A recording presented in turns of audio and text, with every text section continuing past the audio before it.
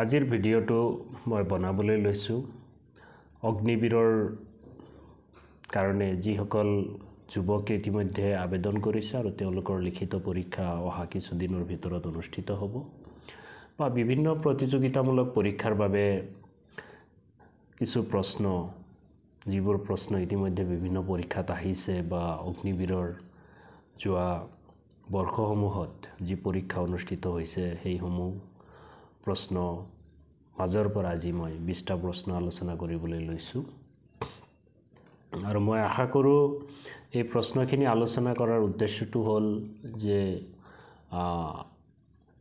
এই বছৰ হ'বলগীয়া অহা কিছুদিনৰ ভিতৰত হ'বলগীয়া অগ্নিবীৰৰ লিখিত পৰীক্ষাৰ বাবে কেনে ধৰণে প্ৰস্তুতি ল'লে তেওঁলোকৰ কাৰণে ভাল হ'ব সো বিগত বৰ্ষৰ প্ৰশ্নসমূহৰ পৰা আজি মই এই ভিডিঅ'টোৰ জৰিয়তে মই 20টা প্ৰশ্ন আলোচনা কৰিবলৈ লৈছোঁ প্ৰথম প্ৰশ্ন বৰ্তমান উত্তৰ প্ৰদেশ ভাৰতবৰ্ষৰ ভিতৰত আটাইতকৈ বেছি জনবহুল ৰাজ্য উত্তৰ প্ৰদেশৰ মুখ্যমন্ত্ৰী গৰাকীৰ নাম কি এটো যোৱাবেলি পৰীক্ষাত সুধিছিল সো ইয়াৰ উত্তৰ হ'ব শ্ৰী যোগী আদিত্যনাথ নেক্সট প্ৰশ্নটো লৈছোঁ যে ইয়াতে সোধা হৈছিল 44তম 44th সংবিধান সংশোধনী কোনটো বছৰত হৈছিল সো ইয়াৰ শুদ্ধ উত্তৰ হ'ব 1978 চনত এইবেলি যেহেতু আমাৰ অসমৰ যিসকল যুৱ অগ্নিবীৰ প্ৰত্যাশীয়ে আবেদন কৰিছে তেওঁলোকৰ কাৰণে অসমীয়াত অনুষ্ঠিত হ'ব পৰীক্ষা তেওঁলোকে ৰিজিয়নেল লেংগুৱেজতে দিব পাৰিব লিখিত পৰীক্ষা তো তাৰ বাবে মই এই গোটেই আলোচনাটো অসমীয়াতে কৰিম সো তৃতীয়টো প্ৰশ্ন লৈছোঁ সংবিধানৰ কোনটো পাৰ্টত বা কোনটো ভাগত মৌলিক কৰ্তব্যৰ কথা সন্নিবিষ্ট আছে ইয়াৰ উত্তৰ হ'ব চতুৰ্থ ক পাৰ্ট 4A ভাগত মৌলিক কৰ্তব্যৰ কথা সন্নিবিষ্ট আছে সো নেক্সট প্ৰশ্নটো লৈছোঁ বৰ্তমান ৰাজস্থানৰ মুখ্যমন্ত্ৰী গৰাকীৰ নাম কি এই প্ৰশ্নটো যোৱা বৰ্ষত সোধা হৈছিল যেহেতু অগ্নিবীৰৰ পৰীক্ষা কেইবাটাও শিফটত হয় কেইবা দিনো আৰু কেইবাটাও শিফটত হয় সো প্ৰশ্নবিলাক বেলেগ বেলেগ আহে এটা বৰ্ষতে মানে সাধাৰণ জ্ঞানৰে হওক বা কাৰেণ্ট এফেয়াৰ্সে হওক বহুত প্ৰশ্ন আহে সো ইয়াৰ উত্তৰ হ'ব ৰাজস্থানৰ মুখ্যমন্ত্ৰী কোন ভজনলাল শৰ্মা পঞ্চমটো প্ৰশ্ন লৈছোঁ 86তম সংবিধান সংশোধন 2002 চনত কিহৰ লগত জড়িত ইয়াত 4টা অপচন দিছিল যদিও ইয়াৰ অপচন কেইটাৰ ভিতৰত শুদ্ধ উত্তৰ হ'ব মৌলিক কৰ্তব্য এই সংবিধান সংশোধনীতে শিক্ষা মৌলিক অধিকাৰ হিচাপে অনুচ্ছেদ 21A সংযোজন কৰা হয় লগতে মৌলিক কৰ্তব্যত 11 নম্বৰ যিটো কৰ্তব্য আছে সেই কৰ্তব্যটো সংযোজন কৰা হয় নেক্সট প্ৰশ্নটো হ'ল ভাৰতৰ বৰ্তমান ৰাষ্ট্ৰপতি গৰাকী কোন খুব সহজ প্ৰশ্ন সুধিছিল ইয়াৰ উত্তৰ হ'ব ভাৰতবৰ্ষৰ বৰ্তমান ৰাষ্ট্ৰপতি গৰাকীৰ নাম শ্ৰীমতী দ্ৰৌপদী মুৰ্মু সো ইয়াৰ আগতো মহিলা ৰাষ্ট্ৰপতি এগৰাকী হৈছিলে শ্ৰীমতী প্ৰতিভা দেৱী সিং পাটিল সো সেই নামটো আমি জানিব লাগিব কেতিয়াবা সুধি দিব পাৰে যে প্ৰথম মহিলা ৰাষ্ট্ৰপতি গৰাকীৰ নাম কি সো আমি নেক্সট প্ৰশ্নলৈ গৈছোঁ 17তম লোকসভা বৰ্তমান যি লোকসভা বৰ্তমান চলি আছে ভাৰতবৰ্ষৰ এই লোকসভাৰ অধ্যক্ষ কোন ইয়াৰ উত্তৰ ওম বিৰলা তেওঁ ৰাজস্থানৰ সাংসদ ৰাজস্থানৰ পৰা সাংসদ হিচাপে নিৰ্বাচিত হৈছে আৰু তেওঁ ইয়াৰ আগৰ যি লোকসভা আছিল তাৰ সেই লোকসভাৰো তেওঁ অধ্যক্ষ হিচাপে আছিলে, স্পিকাৰ হিচাপে আছিলে। পৰৱৰ্তী প্ৰশ্ন, ভাৰতীয় সংবিধানত অন্তৰ্ভুক্ত কৰা মৌলিক অধিকাৰসমূহ কোন দেশৰ সংবিধানৰ পৰা লোৱা হৈছে, বা কোন সংবিধানৰ পৰা সংবিধানৰ মতে আমাৰ মানে মৌলিক অধিকাৰসমূহ সন্নিৱিষ্ট কৰা হৈছে? ইয়াৰ উত্তৰ হ'ব আমেৰিকা যুক্তৰাষ্ট্ৰ। ইয়াতে ভাৰতবৰ্ষৰ সংবিধানখন যেতিয়া প্ৰস্তুত কৰিবলৈ লৈছিলে সংবিধান সভাৰ পৰা বাছনিকৃত যি খচৰা সমিতি আছিল, এই সমিতিয়ে পৃথিৱীৰ সকলো প্ৰায়বোৰ দেশৰে সংবিধানবোৰ অধ্যয়ন কৰিছিল। অধ্যয়ন কৰি বিভিন্ন দেশৰ বিভিন্ন সংবিধানৰ পৰা বিভিন্ন অনুচ্ছেদ, বিভিন্ন ভাগ, বিভিন্ন অনুসূচী, বিভিন্ন দিশসমূহ সন্নিৱিষ্ট কৰিছিল ভাৰতীয় সংবিধানত।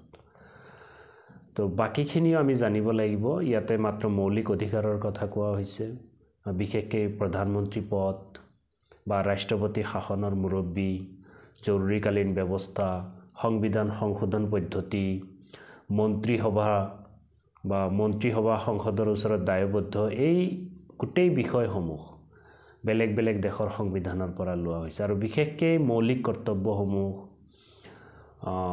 তাৰপিছত নিৰ্দেশাত্মক নীতিসমূহ, এই গোটেইখিনি আমি জানিব লাগিব আগন্তুক এক্সামৰ বাবে।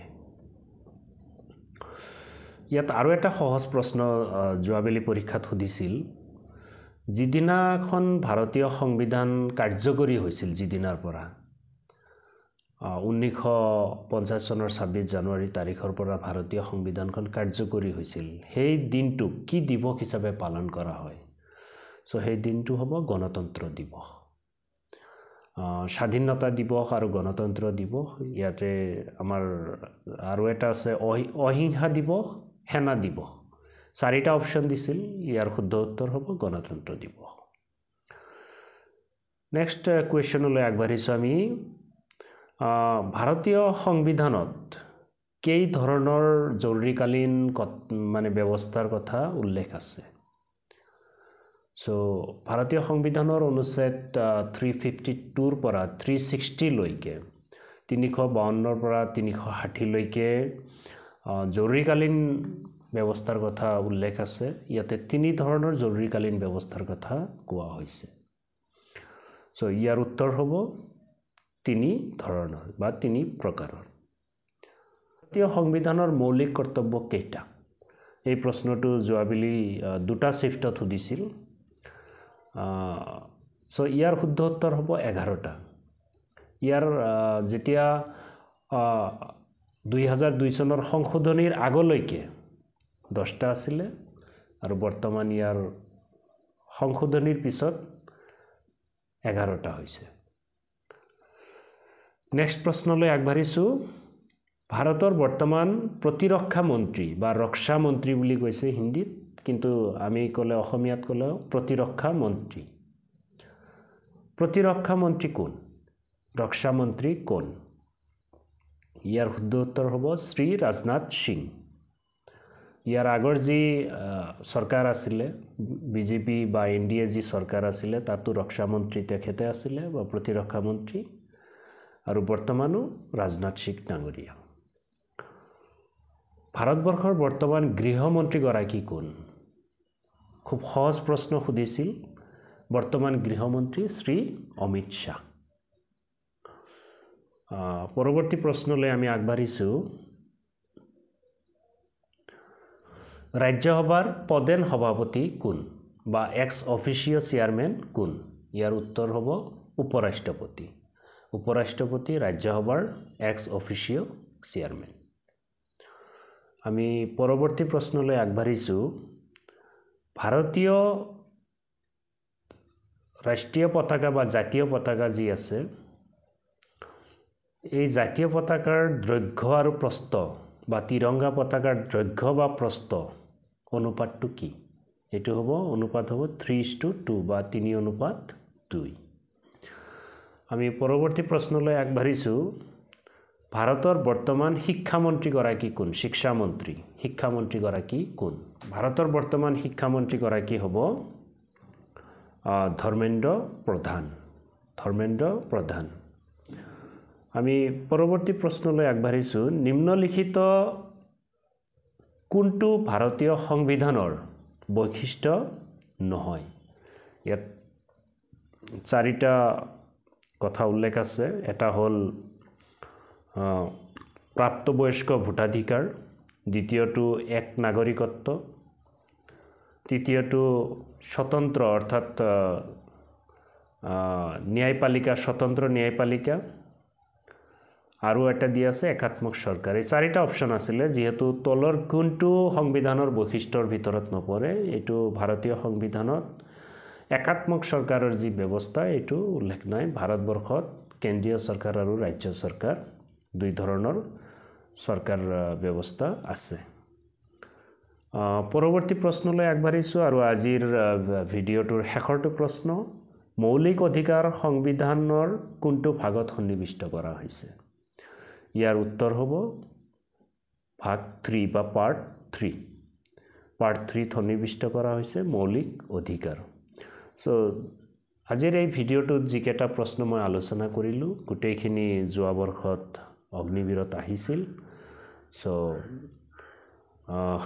মই ভাবো এইখিনি সহায়ক হ'ব আমাৰ যিসকল অগ্নিবীৰৰ প্ৰত্যাশী আছে যিসকলে আগন্তুক দিনত পৰীক্ষা এপিয়াৰ হ'বলৈ গৈ আছে আৰু মই প্ৰয়াস কৰি মোৰ ফালৰ পৰা যে যোৱা বৰ্ষৰ যি প্ৰশ্ন আছে প্ৰশ্নসমূহ অলপ আলোচনা কৰি আৰু আগন্তুক যি পৰীক্ষা আছে তাৰ বাবে কেনেকৈ প্ৰস্তুতি ললে আমাৰ ছাত্ৰসকলৰ কাৰণে যুৱকসকলৰ কাৰণে সহায় হ'ব মই চেষ্টা কৰিম ধন্যবাদ জনাইছো ধন্যবাদ